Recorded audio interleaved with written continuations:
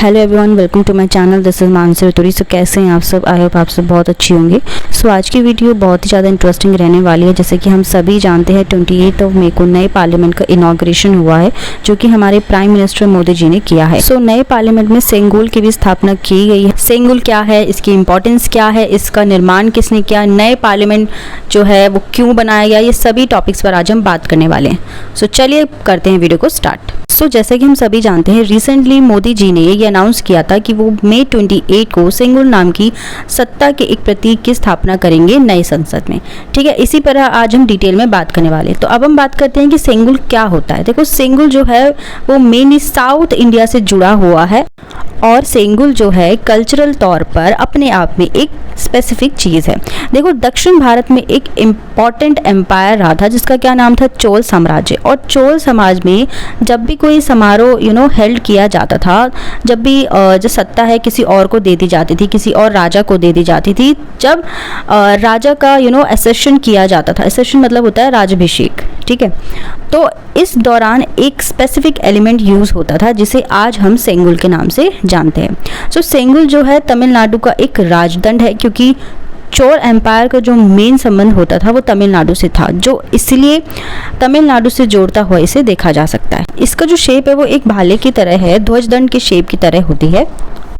Basically सेंगुल को सत्ता के प्रतीक के तौर पर भी देखा जाता है। एक रूलर जब दूसरे रूलर को सत्ता देता है, जब कोई भी शासक ऐसा होता है जब वो किसी को भी सत्ता देता है, किसी भी दूसरे रूलर को, तो सेंगुल प्रतीक के तौर पर उसे दिया जाता है।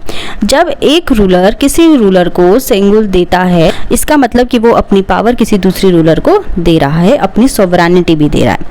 ठीक है, तो सेंगुल जो है ग्लोरी का भी प्रतीक माना जाता है। अगर हम बात करें मॉडर्न सोसाइटी की, तो मॉडर्न सोसाइटी में सेंगुल को कल्चरल तौर पर बहुत ही ज़्यादा इंपॉर्टेंट माना जाता है, क्योंकि आम लोगों के बीच इसको बहुत ही सम्मान दिया जाता है। यही वजह है कि जब साउथ इंडिया में कोई भी समारोह हेल्ड किया जाता है तो सेंगुल को एक इम्पॉर्टेंट एलिमेंट के तौर पर शामिल किया जाता है। इसके अलावा जो संसद में सेंगुल की स्थापना की जा रही है, उसे हम दक्षिण भारत के लिए एक ट्रिब्यूट के तौर पर भी देख सकते हैं, यानी श्रद्धांजलि के तौर पर भी देख सकते हैं।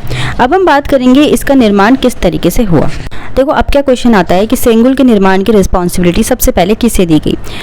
यहाँ पे सबसे पहले रिस्पॉन्सिबिलिटी जो है वो राजगोपालाचारी को ही दी गई थी। इसके बाद वो तमिलनाडु गए और उन्होंने वहाँ सबसे बड़े मठ से संपर्क किया और वहाँ के जो सबसे बड़े प्रीस्ट थे, उन्होंने सेंगुल के जो निर्माण की जिम्मेदारी थी वो चेन्नई की एक ज्वेलरी कंपनी को दी, और उस कंपनी के 2 आर्टिस्ट थे और उन आर्टिस्ट ने सेंगुल का निर्माण किया। देखो, सेंगुल की जो हाइट है वो 5 फीट के आसपास होती है और इसके ऊपरी हिस्से में हमें नंदी की संरचना देखने को मिलती है। और साउथ इंडिया में नंदी की जो संरचना होती है उसको जस्टिस के सिंबल के रूप में देखा जाता है, और यही वजह है कि इसे इंडियन पार्लियामेंट में, जो नया पार्लियामेंट बना है, उसमें स्थापित किया जा रहा है।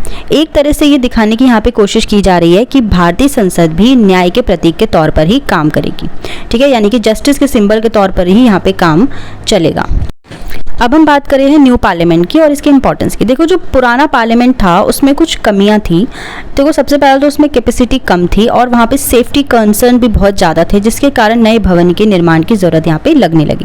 ठीक है, वहाँ पे ना इतनी जगह नहीं हो पाती थी कि ज़्यादा सांसद बैठ सके। कई बार कभी आग लगना या कुछ भी ऐसी चीज़ें होना, अर्थक्वेक, इन सब चीज़ों की वजह से ज़रूरत लगने लगी कि एक नए भवन जो है बनना चाहिए, जिसको देखते हुए भारत सरकार ने सेंट्रल विस्टा प्रोजेक्ट की शुरुआत की। सो इसके तहत लुटियंस दिल्ली है, उसमें जो इम्पोर्टेंट जगह है उसकी रीस्ट्रक्चरिंग की जा रही है, उन्हें नई तरीके से बनाया जा रहा है, जैसे कि PMO हो गया, राष्ट्रपति भवन हो गया। ठीक है, इसी के दौरान संसद भी बनाया गया। ओके, अब हम बात करेंगे नए पार्लियामेंट के कुछ कैरेक्टरिस्टिक्स पर, यानी विशेषताओं पर। देखो, जो पहले का जो भवन था उसमें लोकसभा चैम्बर के 543 मेंबर ही बैठ पाते थे। ठीक है, तो ये यहाँ पे एक कमी थी कि लोग जो है वहाँ पे ज़्यादा नहीं बैठ पा रहे हैं, लेकिन अब जो भवन है इसमें लोकसभा चैम्बर में 888 लोग बैठ सकते हैं, और साथ ही साथ राज्यसभा के चैम्बर में तकरीबन 300 लोग बैठ सकते हैं। पहले जो थे 250 सांसद ही बैठ सकते थे। और साथ ही साथ इसमें सेंट्रल हॉल नहीं है। नई संसद में संयुक्त बैठक जो है वो लोकसभा चैम्बर में ही आयोजित की जाएगी, क्योंकि ये बड़े तौर पर यहाँ पे बनाया गया। इसी के साथ साथ नए पार्लियामेंट को हाईटेक के माध्यम से डेवलप किया गया है। इसमें CCTV कैमरा कैमरास को बेहतर ढंग से डेवलप किया गया है। इसमें सेफ्टी कंसर्न को भी एड्रेस करने की कोशिश की गई है, जैसे भूकंप की स्थिति को बेहतर ढंग से कैसे मैनेज किया जाएगा, या आग लगने की स्थिति को किस तरीके से मैनेज किया जा सकता है, या कभी कोई अटैक हो जाए, कोई टेररिस्ट अटैक हो जाए, इस तरीके की स्थिति को कैसे संभाला जाएगा, इन सभी को ध्यान में रखकर नई संसद का निर्माण किया गया है। So friends, that's it for today. I hope आपको ये वीडियो अच्छा लगा हो। अगर वीडियो अच्छा लगा हो तो प्लीज़ लाइक कीजिए, शेयर कीजिए और मेरा चैनल सब्सक्राइब करना बिल्कुल ना भूलें। मिलते हैं अपनी नेक्स्ट वीडियो में। Till then bye bye, take care.